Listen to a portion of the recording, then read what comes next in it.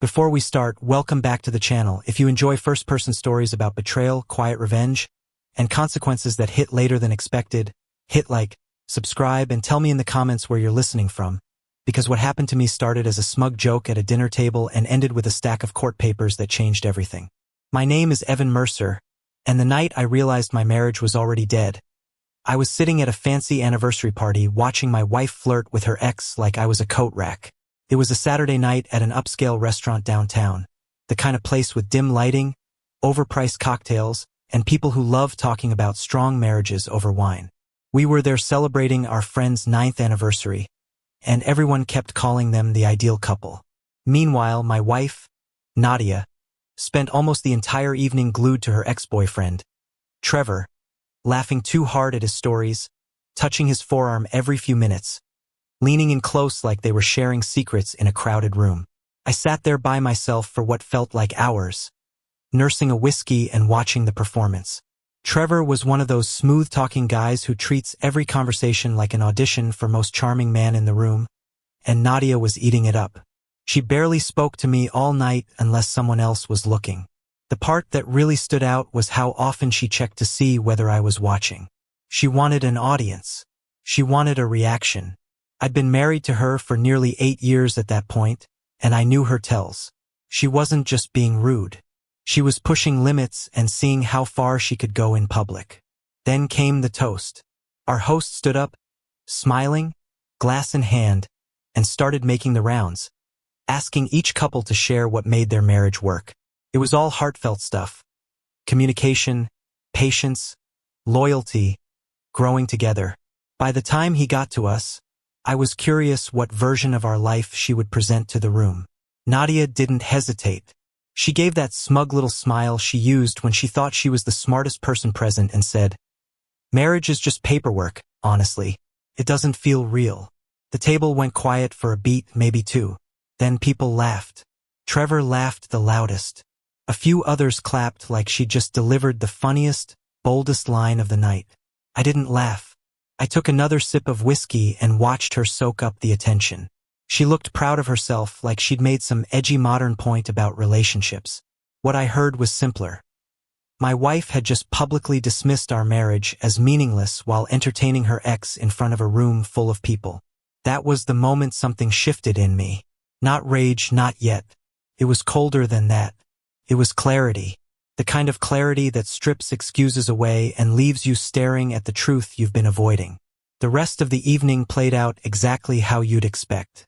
She kept orbiting Trevor while I made polite conversation with everyone else. A couple of people asked if I was okay. I said I was fine. In a strange way, I was. By the time we got home, Nadia was still buzzing from the attention, talking nonstop about how great it was to reconnect with old friends and how some people just get you on a deeper level. I barely responded, and she didn't notice. She kept going, telling me how much Trevor had changed, how interesting he'd become, and even suggested we all get together sometime because it would be fun to know him better as a couple. That almost made me laugh. She had just treated our marriage like a punchline, and now she wanted to invite the man she spent the night flirting with into our social life. The nerve was almost impressive.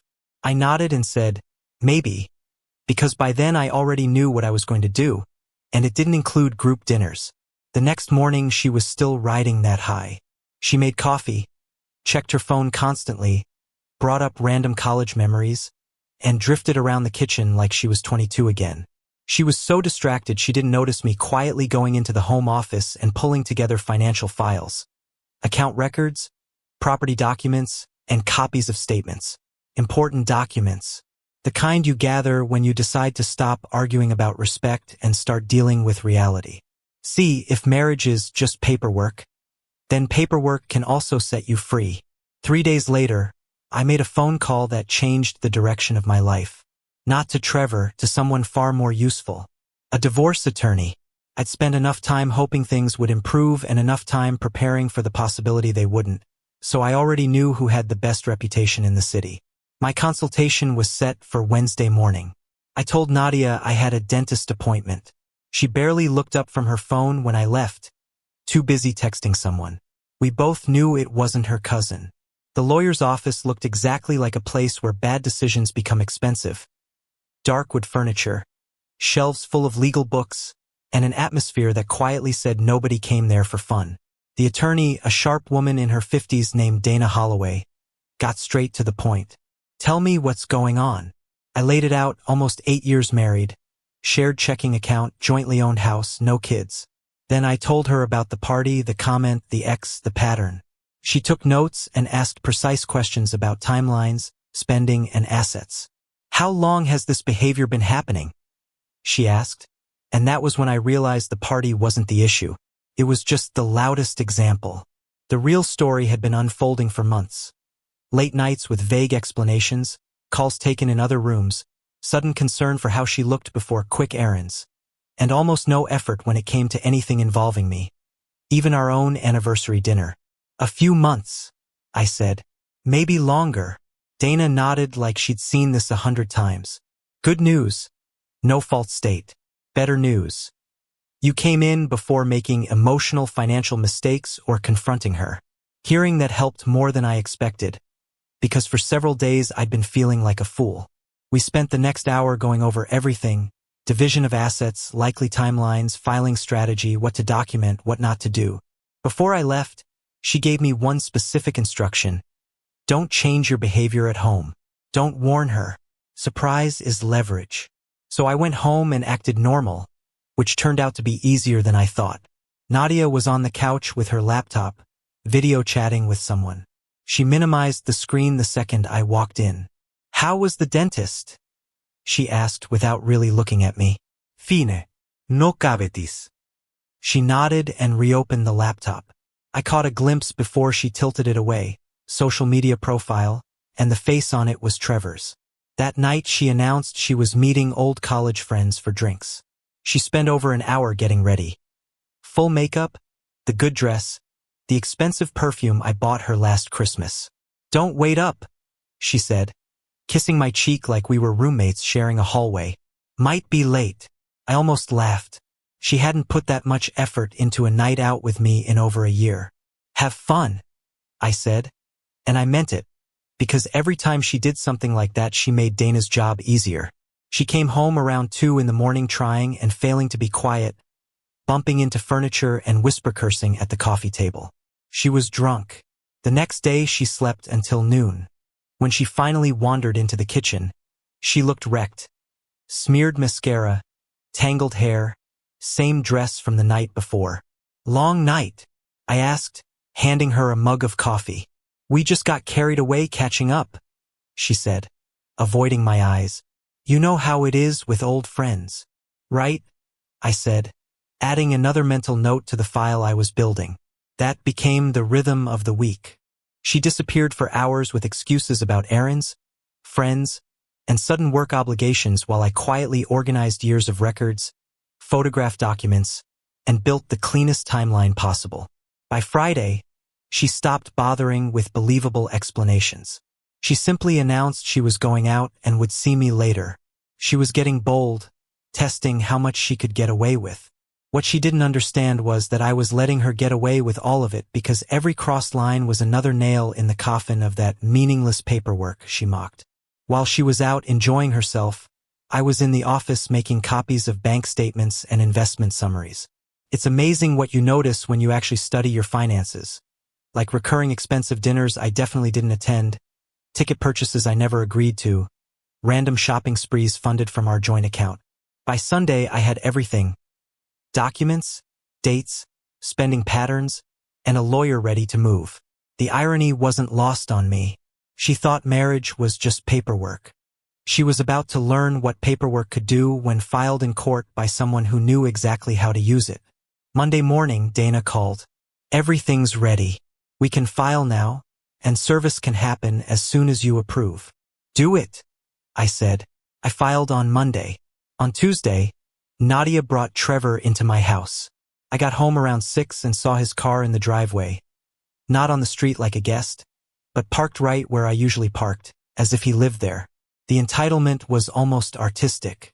I walked in and found them on my couch eating takeout noodles and laughing like teenagers. They both looked up fast, and the guilt on their faces told me more than their words ever could. "Hey, babe," Nadia said, trying to sound casual. "Look who stopped by." Trevor stood and held out his hand with that fake professional smile. "Good to see you, man." I shook his hand and squeezed just hard enough to make him shift his weight. "You too," I said. "Looks like you're getting comfortable." Nadia shot me a warning look, as if I were the one behaving inappropriately. Here was another man eating at my table, probably using my plates, and I was expected to play gracious host. "We were just talking about old times," she said. "It's nice to reconnect." I grabbed a beer and sat in my recliner, the same one she always complained about but I refused to replace. "Don't let me interrupt," I said. "Please, keep reconnecting." For the next hour I sat there and watched them perform the world's least convincing version of just friends. Inside jokes, casual touches, long looks when they thought I wasn't paying attention. It felt like dinner theater, except the show was my marriage collapsing in real time. Around 8, Trevor finally left. Nadia walked him to the door, and I could hear low whispers in the hallway before she came back in with that defiant look she wore when she knew she crossed a line and planned to defend it. "That was nice," she said, cleaning up the containers. "It's good to reconnect with old friends."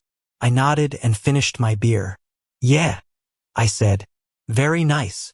The next day she announced she and Trevor were going to a concert together. Not a group thing, just the two of them. She presented it like it was the most normal idea in the world.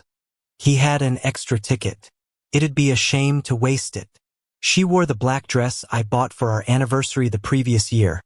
The one she said was too much for dinner with me. Apparently it was perfect for a night out with her ex. "Enjoy," I said, because what else was there to say? Every move she made strengthened my case and erased any last traces of doubt I might have had. Thursday morning Dana called. "Service packet is ready. We can have her served tomorrow." "Do it." Friday afternoon, while Nadia was shopping, or wherever she actually was, I got a text from the process server. "Delivered. Signed for at 3:52 p.m. I was in a meeting when the text came through, and I had to step outside because my hands were shaking. After weeks of planning, documenting, and waiting, it was finally happening. My phone lit up at 4:18. "Nadia." I let it ring. She called again, then again. By the fourth call, she was leaving voicemails. "What the hell is this? Call me back right now." The next voicemail was longer and a lot more creative with the language. Apparently she had finished reading enough of the divorce filing to understand that paperwork had consequences. I drove home slowly on purpose, took the long route, gave her time to sit with the reality of it. When I walked in, she was pacing the living room still in her shopping clothes, clutching the papers like they were evidence in a criminal case. Her face was red. Anger, embarrassment, maybe both. "Are you insane?" she snapped the second I came through the door. "What is this?" I hung up my jacket, loosened my tie, and took my time. "Seems self-explanatory," I said. "You told a room full of people marriage was just legal paperwork and didn't feel real. I'm helping you out by removing some paperwork from your life." She stared at me like she'd never seen me before. "You can't be serious. This is crazy." "Is it?" I asked.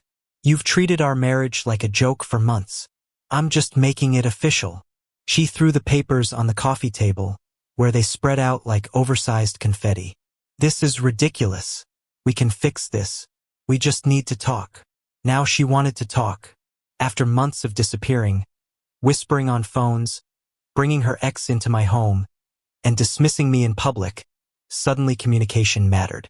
"I'm done talking," I said, and realized I meant it. "You already made your feelings about this marriage clear. Remember? Just paperwork.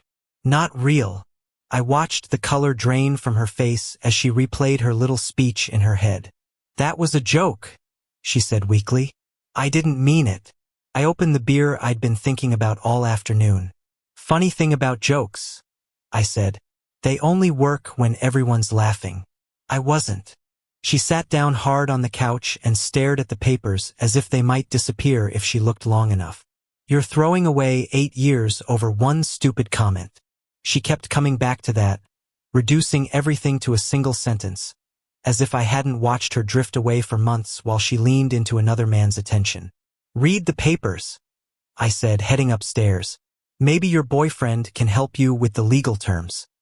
He seems to understand you on such a deep level." I left her there with the documents that were about to permanently reroute both our lives. She didn't sleep that night. I heard her pacing downstairs, making calls, sending messages, moving around like someone trying to stop a train with her hands. Around 3 in the morning, she tried to come into the bedroom to talk. I pretended to be asleep. The next morning, she was waiting in the kitchen with coffee and what looked like a rehearsed speech. Red eyes, hair tied back, oversized sweater.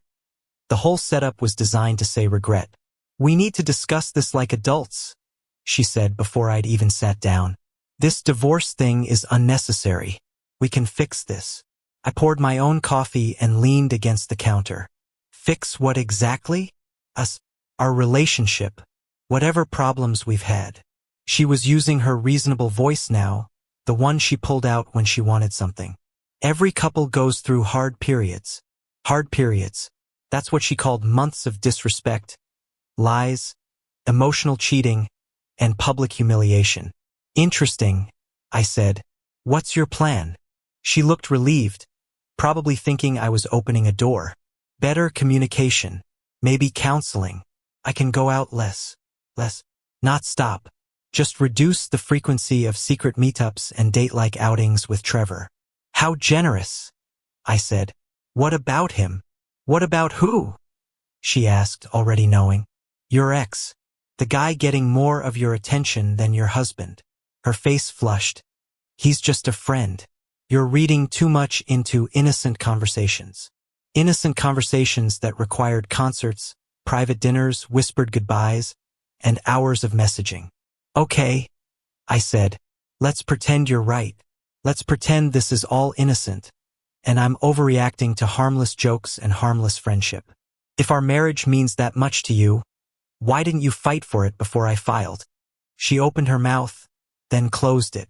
No answer. "You knew I wasn't happy," I continued. "You saw me getting quieter, pulling back, stopping conversations because they went nowhere. At what point did you think maybe you should focus on your marriage instead of reliving college with your ex?" "I didn't realize it was that bad," she said quietly. "Because you weren't paying attention," I said. "You were too busy enjoying being wanted by someone else." She sat at the table and looked small for the first time in years. "So what do you want me to do?" The fact that she had to ask told me everything. "Nothing," I said. "That's the point. I'm done wanting things from you. That's not fair." She wanted to talk about fair. "You know what isn't fair? Watching your wife treat you like background noise while she reconnects with the guy she used to date. You know what really isn't fair? Having your marriage mocked in front of your friends while everyone laughs." I said, "I'm sorry." "No. You said it was a joke. That's different." We stood there in the kitchen looking at each other across years of shared routines and dead conversations. "What if I change?" she asked finally. "Real changes. What if I prove this matters?" I took a long drink of coffee. "For how long? What do you mean? How long would you focus on us? Until you get bored? Until someone else gives you attention? Until marriage feels like paperwork again?" She had nothing. "Here's the truth," I said, setting down the mug. "You're not offering to change because you realized you love me. You're offering to change because there are consequences now. That's not true. If I hadn't filed, would we be having this conversation?" Silence. We both knew the answer. My phone buzzed. A friend from work asking if I wanted to grab a drink later. She glanced at it hopefully, probably imagining some delay or mistake from my lawyer. Then she switched tactics. "People are going to ask questions. Our families, our friends. What am I supposed to tell them?" "Tell them the truth," I said. "Tell them marriage was just paperwork and didn't feel real to you." She winced. "I can't say that." "Why not?" "That's what you said at the party." I was being sarcastic. People say things they don't mean. "You seemed pretty sincere while everyone was laughing." She covered her face with both hands. I made one stupid comment and now you're destroying everything. It wasn't the comment, I said. The comment was the moment I stopped pretending I didn't see what was happening. Then came Monday and a new strategy. The tears were gone. She'd spent the weekend on the phone and came back sharper, colder, ready to rewrite the story.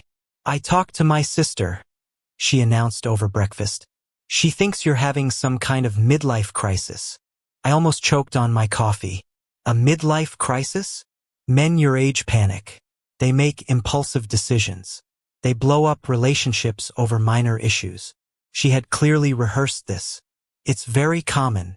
I had to admire the move. Paint me as unstable. Paint herself as the patient wife trying to save a confused husband from himself. It was manipulative, but it was smart. What did you tell your sister about Trevor?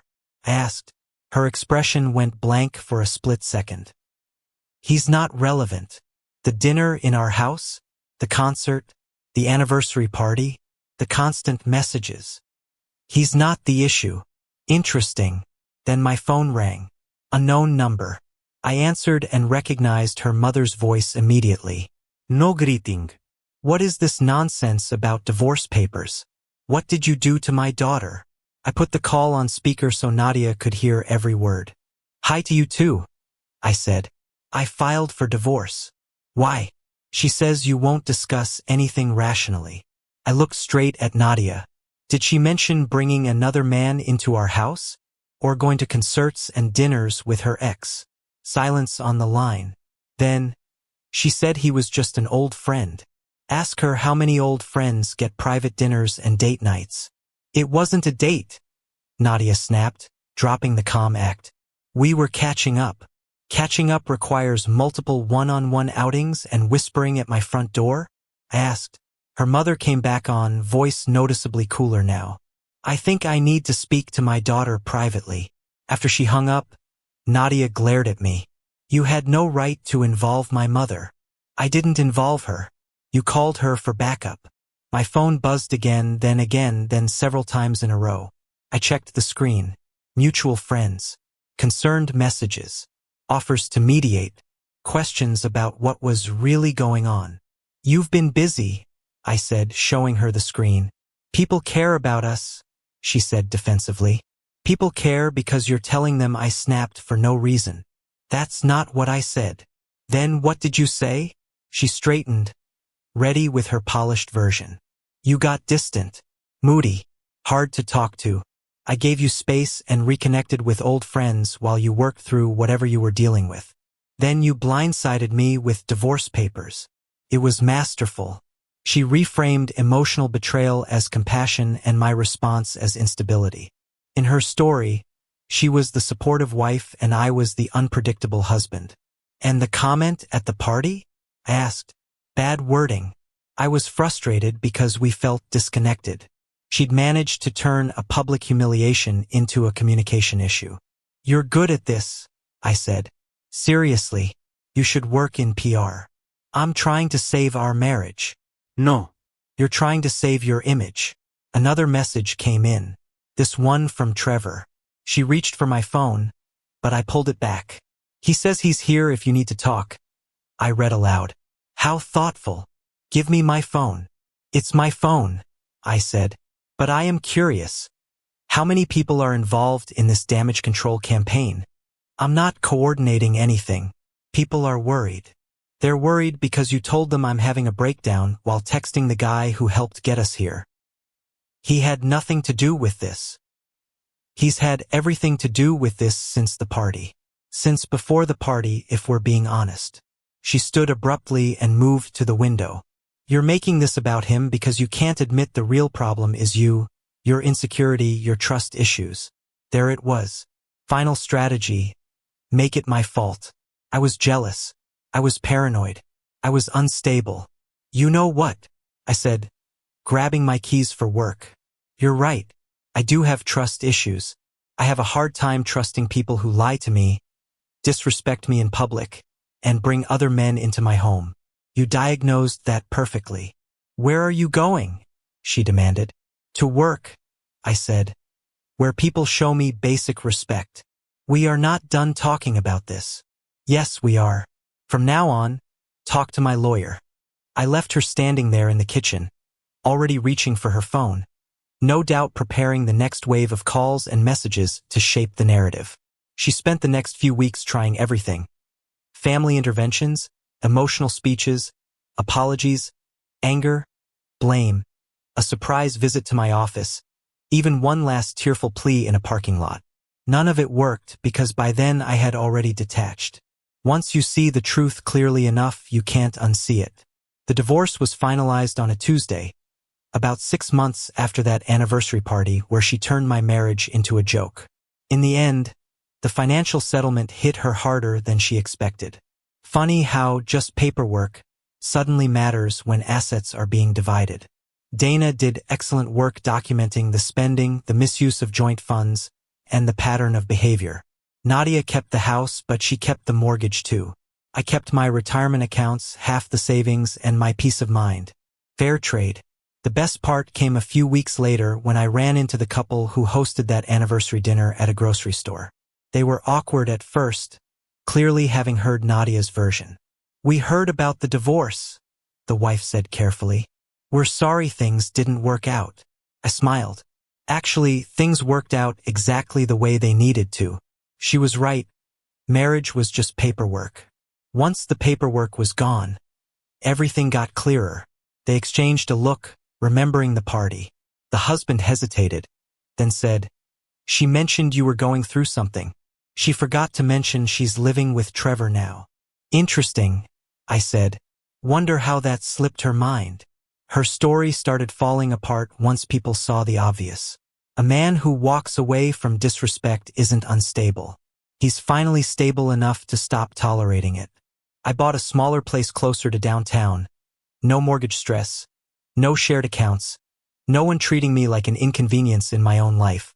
For the first time in years, I came home to peace. Nadia called a few times in the first month. I never answered. Her voicemails shifted from angry to pleading to bitter.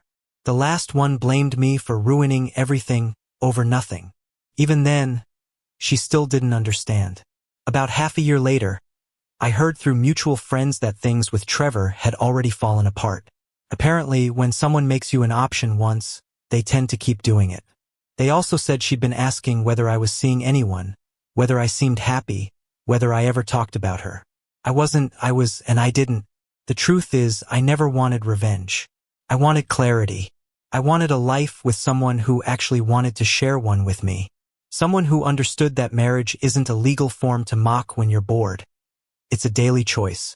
She made her choice that night at the party. I just finally made mine after listening.